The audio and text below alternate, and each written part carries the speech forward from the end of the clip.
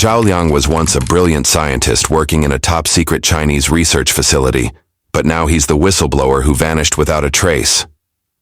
When the scientists at Xinjiang's Zone 0 disappeared overnight, no one knew what they had been working on, or what it would unleash. Then, the unthinkable happened.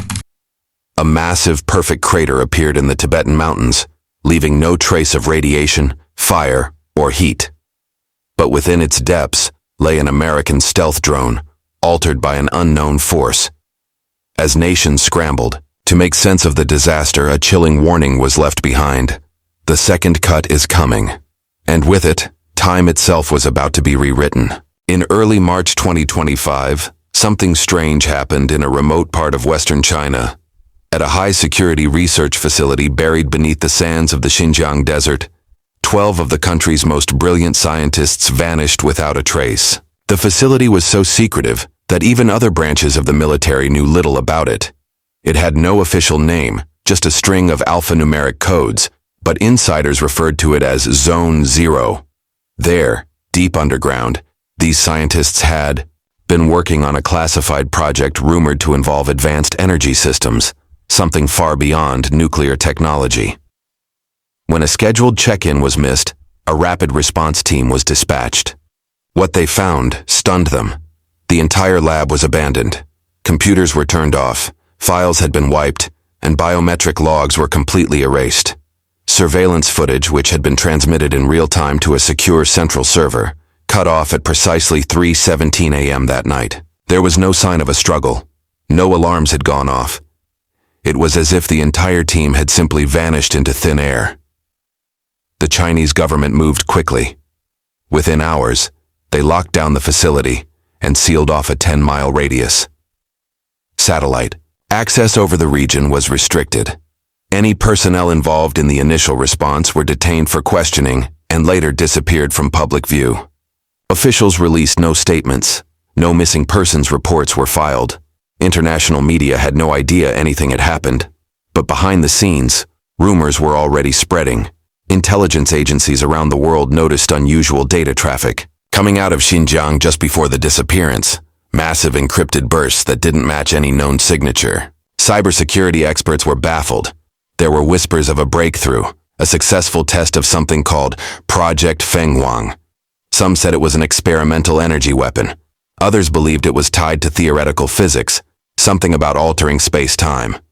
Despite the secrecy, a few documents leaked to black market forums hinted at a powerful technology that could generate non-thermal, non-nuclear force fields. Theories ranged from plasma compression to zero-point manipulation. But with no bodies, no answers, and a facility full of erased evidence, one terrifying possibility emerged. Whatever the scientists had built, they had used it on themselves, or someone else had used it on them. 4 days after the mysterious disappearance of the scientists in Xinjiang, something unprecedented happened in the remote mountain ranges of Tibet. At 4:26 a.m. local time, seismographs across Asia picked up what initially looked like a powerful earthquake, a 6.8 on the Richter scale. But geologists were immediately confused. The data showed no shifting tectonic plates, no aftershocks, and no typical seismic patterns. Instead, the reading suggested a single, sharp pulse of energy, radiating outward in perfect symmetry. Within minutes, communications in parts of southern China, northern India, and western Nepal were disrupted. Military aircraft in 4 different countries experienced sudden system failures, forcing emergency landings. Satellites lost connection. GPS devices glitched. For a brief moment, entire regions went dark. When Chinese authorities dispatched a surveillance drone to the source of the anomaly, it revealed something that defied logic. A massive, perfectly circular crater carved into the side of a mountain. Over a mile in diameter, the crater was smooth and uniform, as if scooped out by a machine. There was no debris, no signs of an explosion or fire. Trees had been flattened in a circular pattern around the blast zone, but none were burned. The snow that had blanketed the range the night before had vanished within the impact radius, yet remained untouched outside it. Scientists who reviewed the footage were stunned. The crater's edges weren't jagged or fractured. They were clean, unnaturally clean. It looked more like a giant mold had been pressed into the earth and then lifted away. Some believed it was the result of an energy pulse unlike anything humanity had seen. Others suspected an experimental weapon had been tested and then immediately covered up. China's official explanation was vague. State media called it a natural geological collapse and restricted international access to the site. But neighboring countries were skeptical. India demanded answers. Russia increased its satellite surveillance. The United States quietly elevated the situation to a national security threat. Behind the scenes, military analysts and scientists scrambled to understand how such a clean, precise impact could be created without thermal energy, explosives, or radiation. What they didn't know yet was that this wasn't just an explosion. It was something far stranger, and it was only the beginning.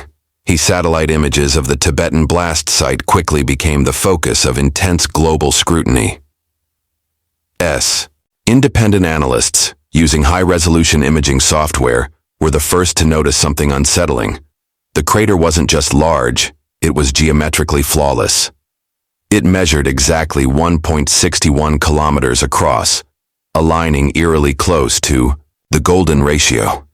Its shape wasn't irregular, like one would expect from a natural landslide or an explosion. Instead, it was a perfect circle with a smooth floor and steep, evenly cut walls, as if the mountain had been hollowed out by a cosmic scalpel. Even the shadows cast by the morning sun fell in a way that accentuated its eerie symmetry. Geologists were baffled. There was no evidence of displaced rock or soil. Typically, an explosion of that magnitude would scatter debris across miles. Yet here there was nothing. No charred trees, no shattered stone, no visible signs of forceful impact.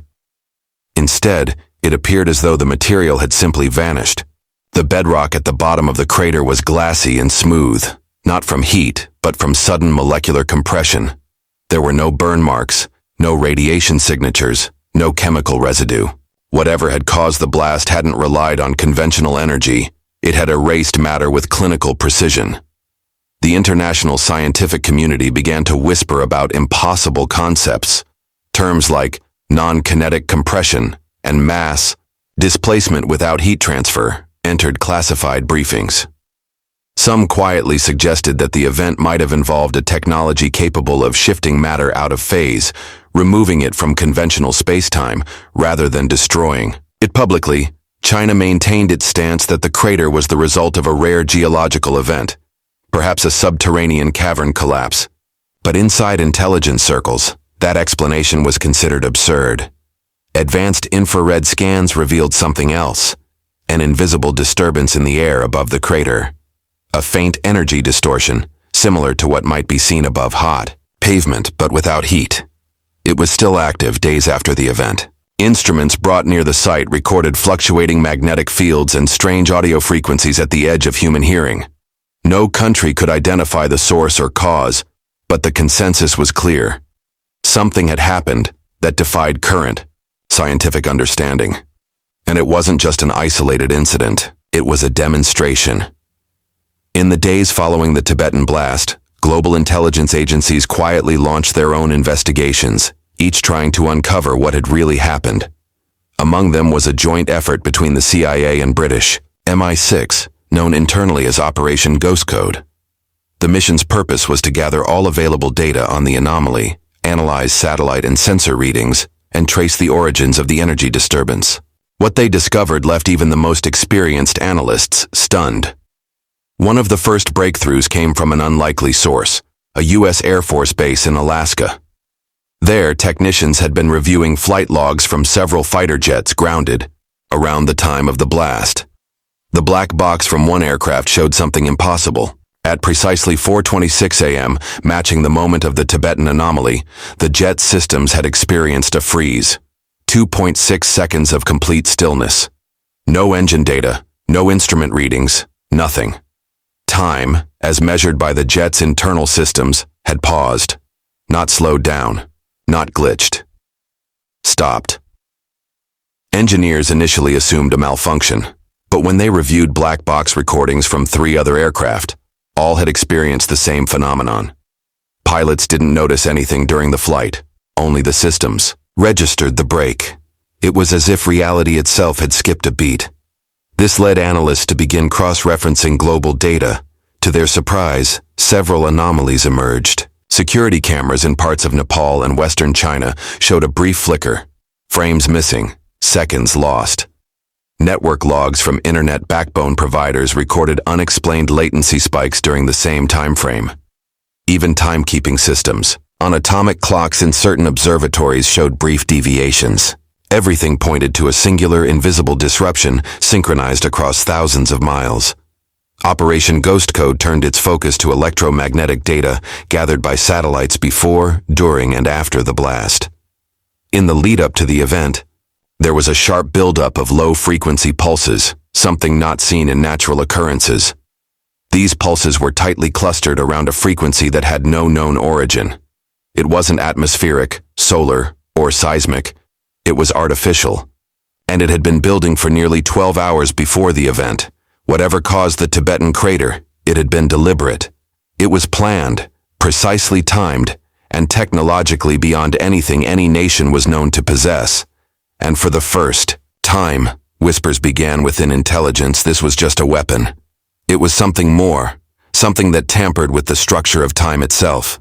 3 weeks after the Tibetan crater was formed, a United Nations Special Investigation Team, under pressure from multiple governments, was granted limited access to the site.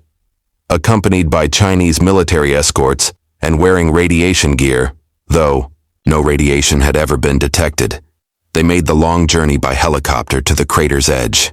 What they found was not just perplexing, but deeply disturbing. Buried at the exact center of the impact zone was wreckage, shattered metal and scorched synthetic materials, barely visible beneath a thin layer of displaced earth and ice. The wreckage was recovered and analyzed on site. It became clear that it wasn't debris from the mountain or a satellite. It was part of an aircraft, more specifically, a drone. But not just any drone. The markings and design matched that of an American RQ-190 Spectre, a stealth reconnaissance drone believed to have been retired in 2022 and officially removed from the military's active inventory. There had been no record of its deployment in the region, and its flight path was untraceable. More bizarrely, several components of the drone did not match its original blueprints. The fuselage contained a new alloy that had not been cataloged by any known military material database. Even more puzzling was the drone's onboard tech, partially melted circuitry arranged in patterns that resembled experimental quantum computing designs, not typical navigation systems. Some parts were fused together, as if exposed to intense magnetic compression, yet there were no signs of conventional heat or explosive damage. The drone hadn't crashed. It had been caught in something. This discovery sent shockwaves through global intelligence agencies. If an American stealth drone had been at the epicenter of the event, several troubling possibilities emerged. Had the U.S. been testing surveillance systems over Chinese territory? Was the drone the cause of the event or the target? The Chinese government immediately accused the U.S. of violating airspace and provoking conflict, while the U.S. claimed the drone had been lost during a test mission years earlier and could have been stolen or replicated by another actor. Inside the crater, one final clue deepened the mystery. Embedded in the melted electronics was a data drive, partially intact, pulsing with low-frequency electromagnetic activity. No one could access it. No known technology could even interface with it. But the energy coming off it was still active, resonating, as if waiting to reconnect. The discovery of the American drone inside the Tibetan crater ignited a geopolitical firestorm. Within hours of the finding becoming known to select world leaders, accusations began flying across diplomatic channels. China accused the United States of launching a covert military operation on its soil, claiming the drone was clear evidence of foreign interference. In response, the United States denied all involvement, stating that the RQ-190 drone had been decommissioned and stored in a secure facility years ago. However, leaked satellite data revealed that a drone matching the Spectre's design had indeed taken off from a classified base in Guam just days before the explosion. This fueled speculation that the drone had been conducting high-altitude reconnaissance over Chinese territory and was either intercepted or affected by the unknown technology that created the crater. Russia and India, both already uneasy about China's growing military presence in the region, responded by increasing their border patrols and placing their air forces on high alert. Japan called an emergency meeting with US and NATO officials, fearing the situation might escalate into an open conflict. Amid this chaos, cyber attacks began hitting critical infrastructure in the United States, China, and parts of Europe. Though no group claimed responsibility, the timing was too perfect to ignore. Each nation suspected the others. Communications networks became compromised, satellite feeds glitched, and missile defense systems temporarily went offline. Defense analysts called it the most dangerous game of brinkmanship since the Cuban Missile Crisis. For the first time in decades, global powers moved to heightened military readiness. The US raised its DEFCON level to 3, and NATO countries began quietly preparing their citizens for possible disruptions. As the political storm grew, behind closed doors, intelligence communities were scrambling to assess a far more troubling reality: that none of the countries involved actually understood what had happened. The drone might have been American, but the crater and the electromagnetic anomalies pointed to a technology far beyond anything currently known. If China had truly developed a non-nuclear weapon capable of disrupting time and space, it would not just alter military power, it would rewrite the rules of engagement itself. Yet a growing number of experts began to suspect something deeper. The real question wasn't who had done this, but why? Just as the world teetered on the edge of full-scale conflict, a mysterious video surfaced on the dark web. It appeared on encrypted forums used by intelligence insiders and cybersecurity researchers. The file was simple. No metadata, no origin, just a grainy recording of a man in a surgical mask standing in front of a blank wall. Speaking in Mandarin, the man identified himself only as Zhao Liang, claiming to be a former systems engineer from the classified Chinese research facility in Xinjiang, Zone 0. He said he was the last surviving member of Project Feng Huang Zhao, revealed that the project was never intended to create a weapon in the traditional sense. It was designed to explore a radical new concept in physics: time isolation. According to him, the team had been experimenting with the ability to cut a slice of time away from the rest of the world. Not time travel, but time extraction, removing a segment of reality from the normal flow and holding it in stasis. He called it a time shell. The energy readings, the electromagnetic pulses, the blackout disruptions, they were not symptoms of an explosion. They were the side effects of forcibly detaching a portion of time from the present. He claimed the Tibet event was a controlled test. The drone, Zhao said, was never the target. It was caught in the experiment by accident, possibly drawn in by the emissions the device created. He warned that the real danger was not the crater itself, but what was missing from it. Everything inside that circle had been removed from the timeline, erased not just physically, but historically. Zhao insisted the scientists hadn't vanished. They had become trapped in their own creation, suspended in a fragment of frozen time. The video ended with a chilling message. The first cut was a test, Zhao said. The next will be larger, not to destroy but to reset. This is not war. This is replacement. Within hours, the video was wiped from every corner of the internet. Those who had saved copies found their files corrupted. Zhao Liang disappeared without a trace, and suddenly the global conversation shifted. The question was no longer about technology or blame.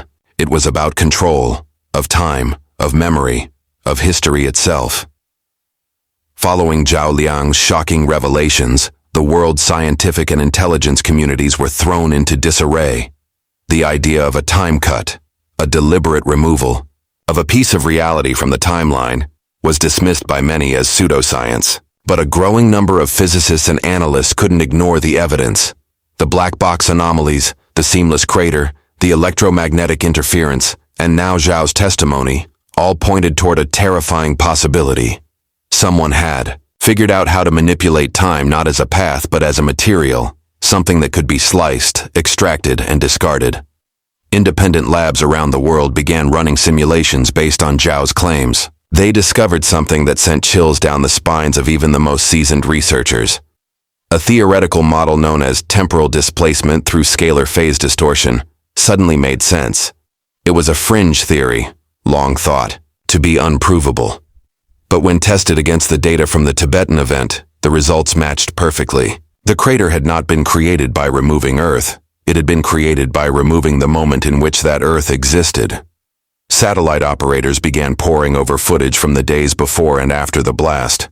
One team in South Korea discovered that during a 2-minute window, cloud patterns above the region had looped, then reversed slightly. It wasn't visible to the naked eye, but frame by frame it became clear. Time had briefly lost direction. And the phenomenon wasn't isolated. Strange, unexplained events began surfacing around the globe. A cargo ship vanished for 7 minutes in the South China Sea, then reappeared with no crew and its clocks all reset to 0. Security footage from a museum in Berlin showed a single sculpture disappearing, while visitors continued walking past as if nothing had ever been there. Governments were silent, but panic grew behind closed doors. If Project Fenghuang had achieved what Zhao described, then the implications were staggering. It meant that time was no longer fixed. It could be interrupted, edited, perhaps even rewritten. The drone in Tibet wasn't a casualty. It was a clue. And if someone could remove seconds, minutes, or hours from reality, then what stopped them from erasing entire days? Or entire people? The line between history and fiction was beginning to blur. As weeks passed, the situation surrounding the Tibet anomaly grew even more unsettling. Global governments, still reeling from the potential implications of Zhao Liang's revelations, were now faced with the undeniable truth that something much larger than a simple technological test had taken place. In the wake of Zhao's disappearance, other strange occurrences were reported, events that suggested the world itself was beginning to feel the ripple effects of the time cut.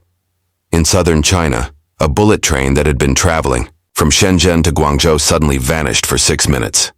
The train, with hundreds of passengers aboard, disappeared from all radar systems and communication networks. It wasn't until it reappeared in its original position, 6 minutes later, that the passengers and crew realized something had gone wrong. The train's onboard clocks were completely reset to 0, and passengers reported strange, vivid dreams of being trapped in endless tunnels. Their memories of the missing minutes were fragmented. Some claimed they had never even noticed the time lapse, while others felt a persistent sense of déjà vu.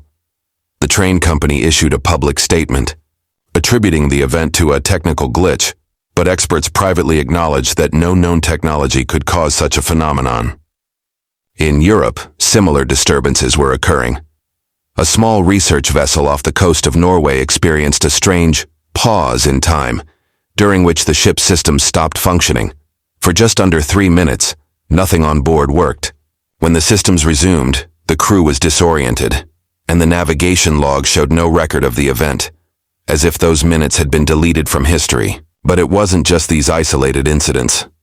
Seismographs worldwide began to detect faint, irregular pulses in the Earth's crust, signals that didn't match any known natural phenomenon.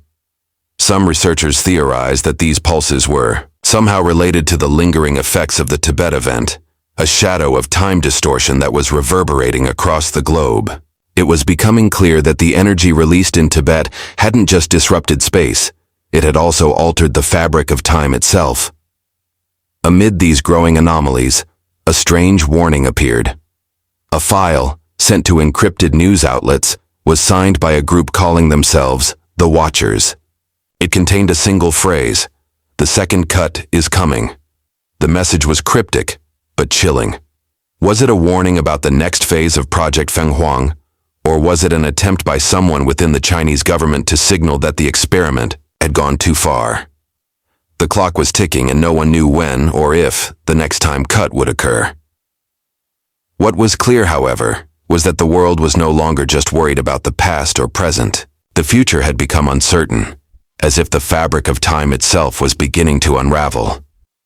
As the days passed, the world continued to spiral deeper into uncertainty. Governments, once united in their disbelief and fear, now faced the growing realization that they were powerless in the face of a phenomenon they couldn't control. Zhao Liang's warning, "The second cut is coming," began to haunt every conversation in intelligence circles, academic labs, and security briefings. If the experiment in Tibet had indeed been the first cut, an opening salvo in a global game of temporal manipulation, then what was next? And who, if anyone, was behind it? The Watchers, the mysterious group that had sent the cryptic message, remained silent after their brief statement. Theories about their true identity circulated. Was it a faction within the Chinese government, fearing the consequences of Project Fenghuang's success, a rogue scientific group, or an entirely new entity, one with the knowledge to manipulate not just space but time itself? Whoever they were, their message had struck a nerve. The world was beginning to fracture under the weight of what was happening. Meanwhile, scientists and military analysts scrambled to understand the true scale of what Zhao had warned. There were reports that some individuals, seemingly at random, had begun experiencing strange psychological effects. People in major cities, New York, London, Tokyo, reported vivid dreams of events that never happened, conversations they'd never had, and places they'd never visited. These weren't just dreams. They felt real. They were full memories. And for some, they became more vivid over time, as if they were slowly piecing together an alternate version of their lives. The boundary between the real and the imagined was blurring. The most terrifying discovery came when researchers looking into the electromagnetic pulses found something inescapable. Traces of the temporal disturbance from Tibet were not fading. They were growing, slowly and imperceptibly, expanding like a ripple across the surface of a pond. The second cut was not just an abstract warning. It was coming, and it was not limited to a single location. Global leaders convened behind closed doors, scrambling to form alliances and strategies. But it was becoming painfully clear that no one knew how to stop what had already begun. As the distortions in time spread, the world was left with only one certainty. Nothing,